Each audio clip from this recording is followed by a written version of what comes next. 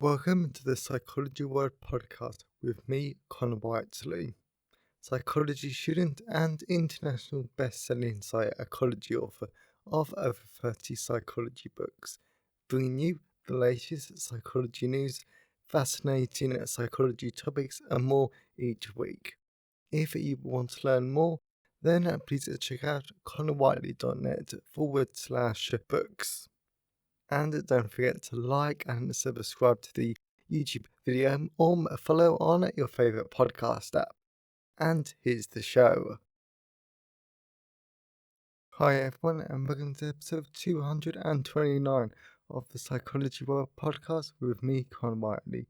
And today's episode is on what is emotional focused therapy. And it is Sunday, the 16th of September 2023, as I record this. So I'm recording this a lot later than normal because so much has happened this week, which I'm really happy about. And to be honest, because of how good this week's been, I'm perfectly happy recording the podcast at sort of the last minute because, as you all know, normally I record the podcast on a Saturday or if really needed on a Friday, and then I edit it and upload it on Sunday morning. That couldn't happen, but this is a great episode. I think it's going to be really interesting looking back at this because I wrote this for a very specific reason, and now that reason isn't really needed. So I think it'd be great to look back at it. This is really useful, and it's always good to explore different forms of psychotherapy that we're just never ever exposed to before. As psychology students and even psychology professionals don't really know all the different types of psychotherapies. Because let's face it, there's way too many at times to actually learn about all of them in any depth. So really interesting, really useful, and I hope you enjoy it. So we're moving on to the psychology news section.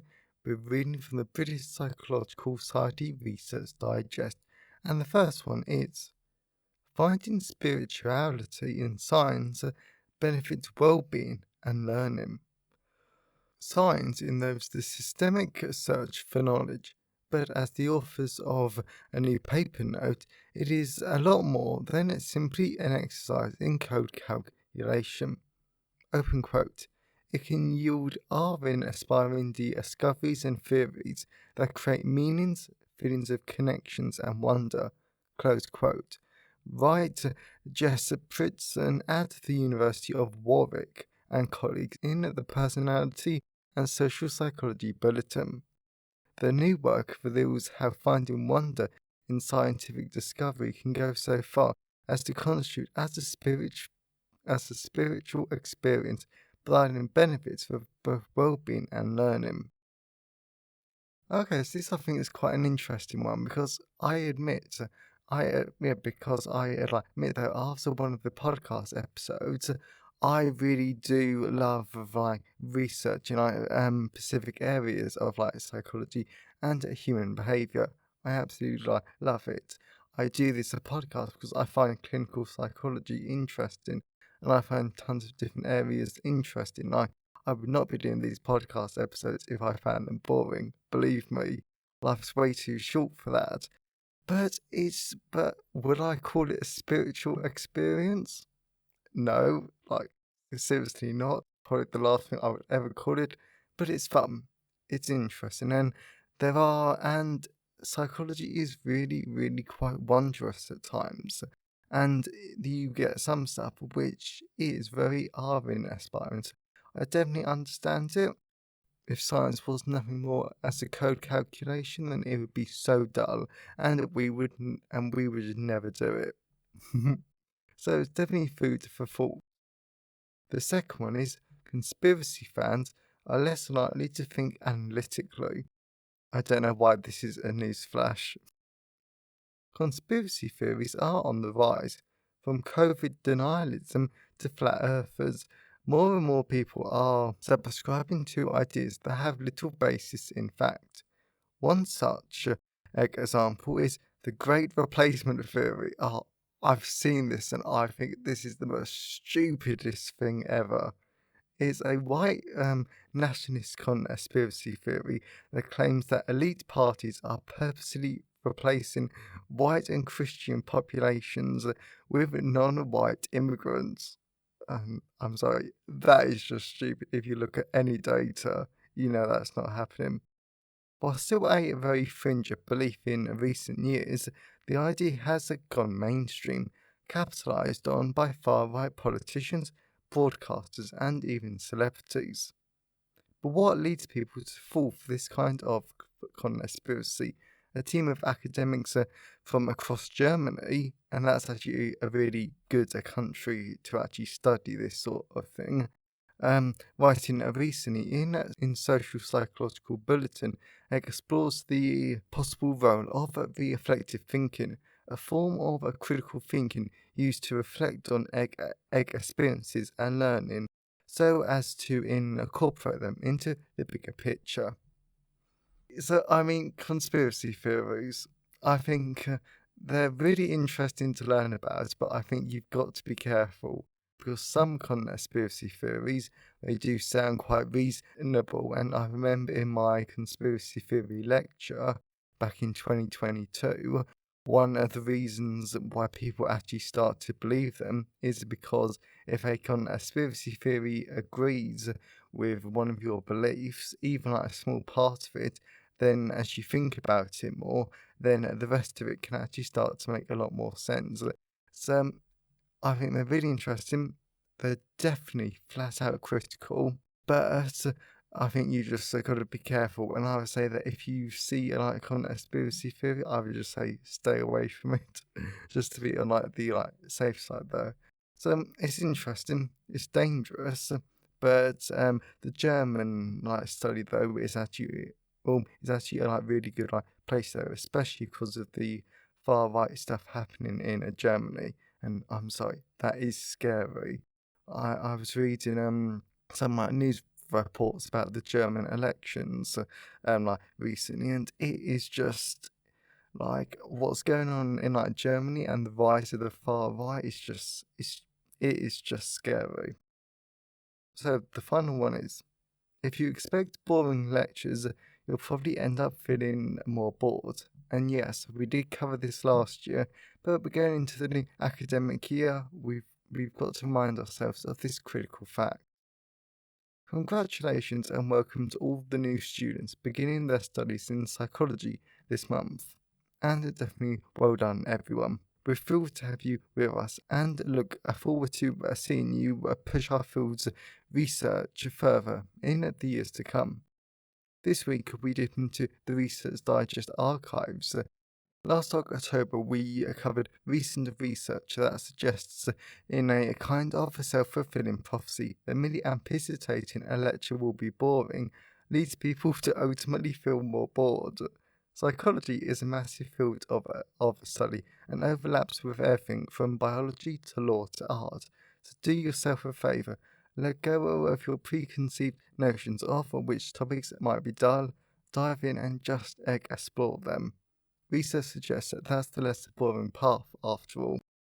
And this I completely agree with, because if you want something to be boring, you will find it boring though, and yeah, and I completely agree though, because I think developmental psychology is boring. I always find it boring, and whenever there was an applied psychology lecture on it, it was dull. And same goes for business psychology.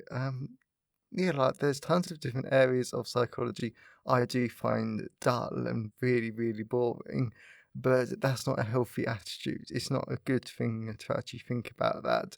I know one of my modules, the social psychology of intergroup relations, it's a module that I was forced to pick.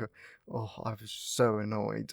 I was so annoyed because it meant I couldn't do advanced developmental psychopathology. So I was really quite annoyed about that. And I know in that lecture, I've actually got to focus and I've actually got to go in at that, thinking that it's going to be fun. I could not care less about social psychology in that sense. So it's a shame that there will be modules, that there will be topics that you find boring, but that's just called a personal taste. it's up to you as the student to actually focus and actually want to learn about it that way. Because if you want to learn about it, you'll enjoy it more, and hopefully you'll retain the information. So I hope you enjoyed the psychology news section. So let's move on to the personal update. So we're moving on to the personal update. This has been a really good week that I flat out loved. Loved it. So this is going to be done in like two parts though. So first of all, I mentioned last week I was on a learning disability work experience week though, but that was like really good, and there will be a podcast episode on it next week. That's what I'm gonna try and aim for, because it wasn't all entirely psychology based. I didn't go out with a psychology team. I went out with learning disability nurses, speech and language therapists. So that's very like psychology based, occupational therapy, and the physio team. I need to sort of get my head around how to make it a psychology episode, because this is a psychology podcast after all. So that's going to be a lot of fun. I'm, I really, really enjoyed it. It made me. It definitely confirmed my beliefs that I don't want to work with people with learning disabilities, because it's not what I'm interested in. It is simply not what I'm interested in. And I've seen so many amazing people this week with such energy, such passion, and they've been able to do amazing stuff. And I just look at them and I'm going, yeah, that's so not me. I've got so many other interests in psychology. Learning disabilities is simply not one of them. But I know if I want to get on to the Doctorate of Clinical Psychology, I will have to build up my experience a little more working with people with learning disabilities. So that's something like for the future. But great week, really enjoyed it, and you definitely learn a lot about the NHS. Though, so that was interesting, scary, and concerning. And I mean, like, I'm amazed some care homes are actually still open. That's all I'm gonna say though. So definitely well worth doing it. And if you're a psychology student, then definitely try and get some work experience during your degree. Definitely contact places. Definitely try and and just to try and develop your professional skills any way that you can, because at the end of the day, you can have a degree, but so do 10,000 other people at the end of your academic year. It's the experience that makes you different and helps you to stand out. So I did that Monday to a Friday, and then I also have to mention though that Wednesday I went to a social event. And I on the podcast that we've spoken a lot before about the benefits of going out, mixing with other people, and just socializing. But wow, socializing, I'd actually forgotten, because I've not done intense socializing for months and months and months, because I've not been at university. I've actually forgotten how good it feels though. So again, so the reason why I'm telling you this is that I know that quite a lot of psychology students actually listen to the podcast. But this year, because I know tomorrow it's Freshers Week, I would definitely say that sort of get over yourself. You've got to stop being scared and just try and just try and go to different events, have fun, and just try and meet different people that were, because at Freshers Week it's scary as hell. I will admit that for my first year, but it does apply to a lot of great chances there to actually meet people. Yeah, and then another reason why this week was actually really good and really helpful is that because, so the past few podcast episodes have been focused on my mental health, my recovery, me trying to be the best version of myself I possibly could. Well, that took a really interesting turn this week though, because I went out and I am being a lot more social. I am trying to live more authentically, which is why I went out to a specific event on Wednesday. Wednesday, so that was like really good, really like helpful. I like made some like new friends. Yeah, and then like what's happened was that like Friday night, I finally found out that I did lose a really good friend. Yeah, like a friend though that had done nothing but supported and actually cared about me like for ages. Ages though, so that was like really like tough though. And then yesterday was really, really healing though, because yesterday, me, my parents, and my family, we just had a massive conversation about everything from the past like decade, the reasons for my mental health struggles, and basically everything that I mentioned back in June on the podcast about how living in an anti-gay world can actually really can actually hurt you and give you a lot of like mental health struggles. And it was really healing. Like we spoke for hours about everything, and it was really good. Good though. So I came out to my family on like Facebook, which I admit I only did because because I just was I needed to do it for me. And to be honest, I really don't care if my family knows. So I'm not gonna do it like in like a person because there's just no point. Me being gay is not a big enough part of myself. I have to actually do it like in like a person. So the reason why I'm actually telling about all of you this is that because even though this has been a really intense 6 weeks of my life and I've had to overcome so much, I've had to learn a lot. I'm really glad that this is the ending that it's happened because this is all I've ever wanted. I've only ever wanted to live authentically, have a loving, supported family around me, and just have an honest conversation. And yes, it took time. Yes, it was hard. Yes, it needed like therapy. But to flip this back on the clinical psychology point of though, when you're dealing with people that have had really bad mental health, things do take time. And like as much as we all want everything to be like quick fix, like every single client wants therapy to be a quick fix, but that's not how therapy works. It's not how mental health works. It's not how life works. So yes, I was in a good place where if that conversation didn't have happened, it wouldn't have been the end of the world because that's what therapy was really like good for. I'm really glad that it did happen, and now I know that for the rest of my life, because this is everything I've ever wanted for the past 10 years, I know that it will be good. I know that my life and my future and my mental health will be good like going like forward though. Plus, personally, I'm really am like looking forward to actually going like back to other podcast episodes of which aren't so much like me focused or for my benefits. I can actually start having like fun like on the podcast again, which I'm really really looking forward to.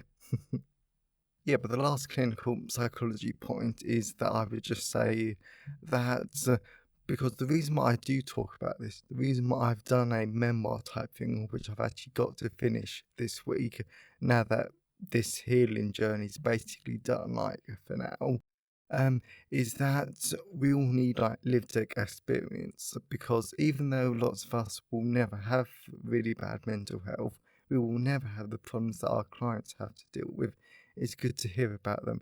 It's good to learn about them, and it's good that we actually have the knowledge, just so when someone does come through our doors with these mental health difficulties, we can at least have an inkling about how they feel and what we might need to ask them to help get them a type reveal more information there because it's hard. It's hard to revealing stuff that you've just taken like for like granted though. Like it was basically every 5 minutes. Like yesterday's a conversation I was just having to like be honest about something though because I've just been hiding it like for years. So it was interesting. It was hard, but I'm really glad that life can now get better.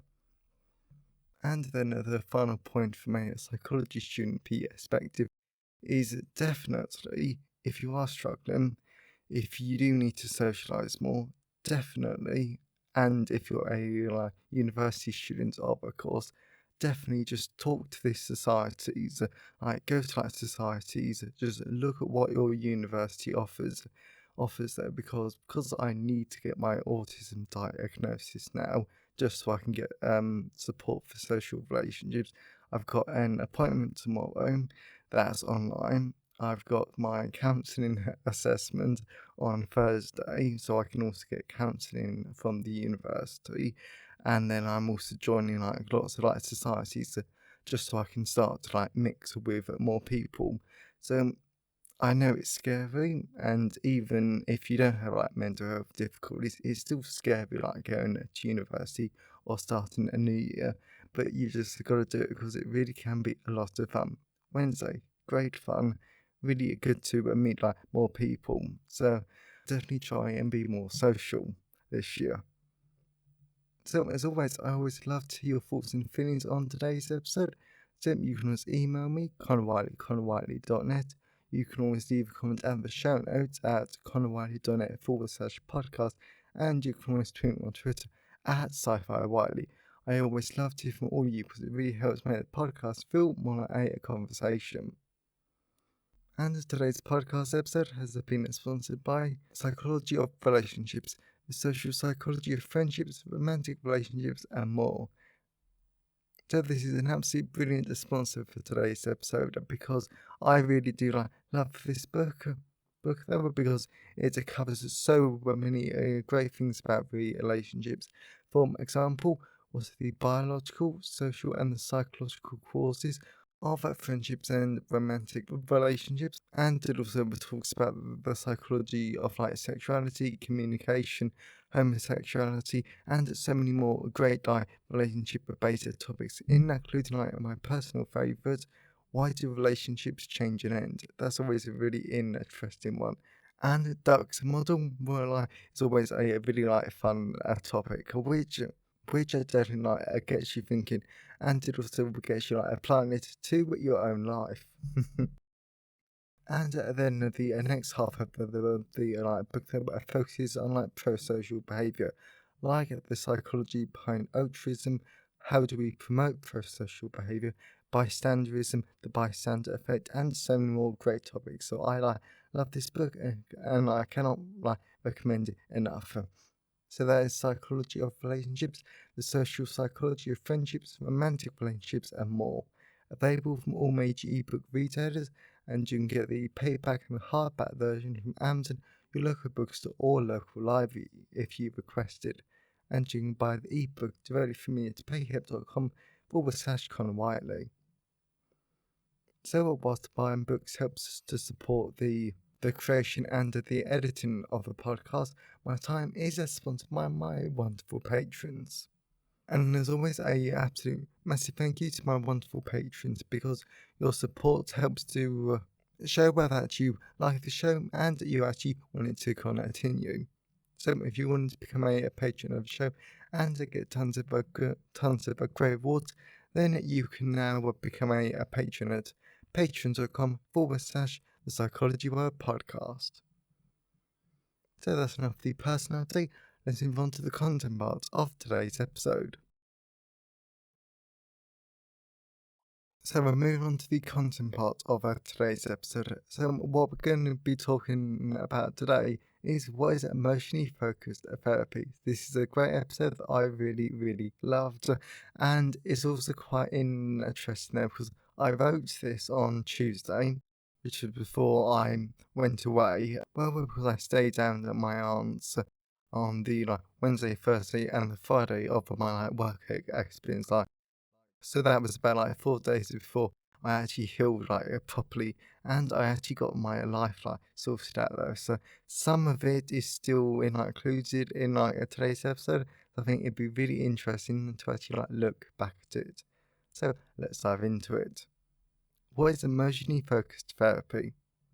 Emotionally focused therapy is a short-term psychological therapy that aims to give a couple a way to rekindle their emotional and physical bond that tends to get lost to disappointment and alienation from a partner. This is a common dynamic in distressed couples.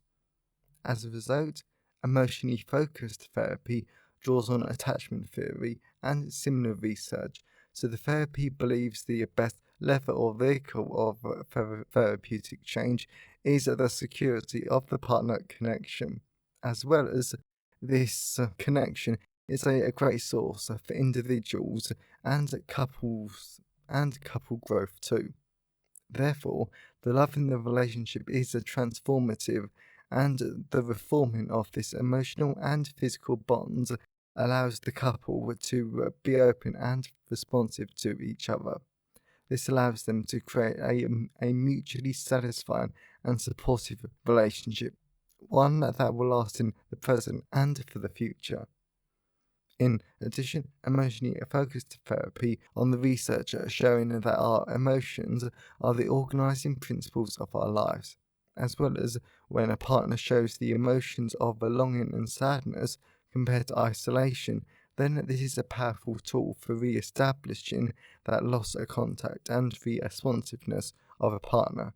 Then, once this contact has been restored, it can become a source for mutual comfort. In other words, a buffer against the many stresses life might throw at our clients. Moreover, emotionally focused therapists allow couples to discover any unmet needs for closeness in the relationship are normally underlined by alienation or anger. Then the therapist helps them to realize that sharing this vulnerability opens new ways to communicate and to create instant opportunities for the couple to be tender with each other. This was phrased by one of the developers of emotionally focused therapy, Sue Johnson, as open quote, emotional responsiveness, tuning into and supporting the other is the key defining element of love, close quote. How does emotionally focused therapy work? We know that emotionally focused therapy focuses on a couple's emotional experiences and reactions first and foremost, and is based on attachment theory and the importance we place on connections with others as a source of that comfort and safety, as well as a vehicle of our own growth, but the growth of the relationship too. However, if we dive into this therapy a little more, then we know that these connections to others can be physical, like our flesh and blood romantic partners, yet they can be a mental representation of an important figure inside us that we form our relationships around, or these others can be different parts of ourselves. The human need for others is hardwired into us, and it's only our connections that help us feel safe enough to grow, take risks, explore the world, and develop into the person we want to be. When this doesn't happen, then our nervous system takes over by experiencing arousal, and people are prepared for avoidance of risks, vigilance because of the perceived danger, and they have a sense of hopelessness. According to emotionally focused therapy, these are all risk factors for mental health difficulties. And that's the reason why I'm smiling here. Personally, going off my own experience here, this is definitely true. I think because of my mental health was at its worst when I didn't feel safe in my life and I felt utterly hopeless about my future. Therefore, if there is a psychotherapy that focuses on improving that sense of safety and security, then this is only a good thing for the people that need it. Additionally, regardless of whether emotionally focused therapists are working with real partners, mental representations, or in a couples therapy, the therapy still explores the nature of our connections and the wide range of emotions they create. The therapy helps people to actively restructure these relationships too, so can help pave the way for new, more rewarding experiences. In other words, by restructuring these relationships, it will hopefully help the client not to keep having the same negative emotions and making the same mistakes, I say in air quotes, in future relationships. Overall, I've already spoken about a attachment theory a bit, but emotionally focused therapy helps a client to understand how the negative ways of interacting in a relationship are normally related to fears of loss. Then a therapist can help the client to learn how to openly talk about their fears, identify any attachment needs that their fears mask, and then instead of the client using their fears to distance themselves from the partner, they can use their vulnerability to seek closeness too, allowing the couple to solve any problems, they come across together. When is emotionally focused therapy used? This form of psychotherapy is really useful when a couple comes out to a therapist feeling stressed and alienated to the extent that they believe their relationship cannot be repaired. The couple might be showing signs of extreme loss of trust, anger, fear, or even a sense of betrayal. Also, but these negative emotions are normally so strong that it's believed they've actually protests or despair over the loss of the connection and the lack of a physical and emotional closeness that the couple once had, as well as linking to the section above. In a emotionally focused therapy, these feelings are thought to be hiding unlovability, helplessness, and fear that pops up when these bonds of closeness are damaged. As a result, emotionally focused therapy is useful for people and couples who have difficulties showing their emotions, or they unfortunately believe that showing emotions are a sign of weakness. This is honestly one of my biggest pet hates in the entire world, was emotions don't make you weak. It's such an outdated, stupid notion that I hate more than anything else on the entire planet. I just flat out hate it. Anyway, emotionally focused therapy can also be useful for people who have problems with emotional regulation, as their intense reactivity is believed to be the result of emotional alarm bells being set off by fears of abandonment. That does sound familiar. Then, in individual therapy, using emotionally focused therapy, the therapist helps us to form a secure alliance with the client that becomes a safe space for any emotional expression and exploration. That's the reason why this therapy can be used for people with emotional dependency, because emotionally focused therapy helps us to deal with fears of abandonment, intense reactions, and their unhealthy attachment styles. And that is really good to know for future reference. It is worth noting that emotionally focused therapy can be used in a lot of other places too, because it does directly target emotional isolation. This is important because emotional isolation is believed to be the core aspect of a range of mental health difficulties like depression, anxiety, and my personal favourite, trauma. Also, this therapy can be used to repair family bonds where parent-child relationships have become negative, for instance. Personally, as I mentioned earlier, because I can understand how emotionally focused therapy is useful in trauma victims, since my own trauma, it does make you feel very alone, very shameful, and very guilty. So you cannot talk or express your emotions to other people very easily, and this causes a ton of mental distress. Therefore, by creating a safe space for this emotional expression is flat out critical. I know that a lot of therapeutic orientations do this safer space work because it is basically the therapeutic alliance, but emotionally focused therapy seems to have a more focus on it. What should you expect from emotionally focused therapy? When it comes to the therapy, emotionally focused therapy is typically delivered once a week for 8 to 20 sessions. Then after the therapist understands the history of the couple, they will start to watch their interaction patterns, with the couple being asked to identify the most pressing issues.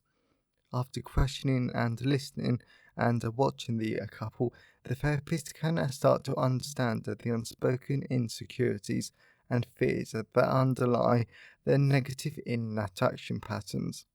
Normally, the first few sessions of the therapy focus on de escalating the emotional reactivity and distress that the couples experience. Even more, in their life outside the therapy session, they do this by getting the couple to expand their emotional response patterns so that they can respond and recognize their partner's needs.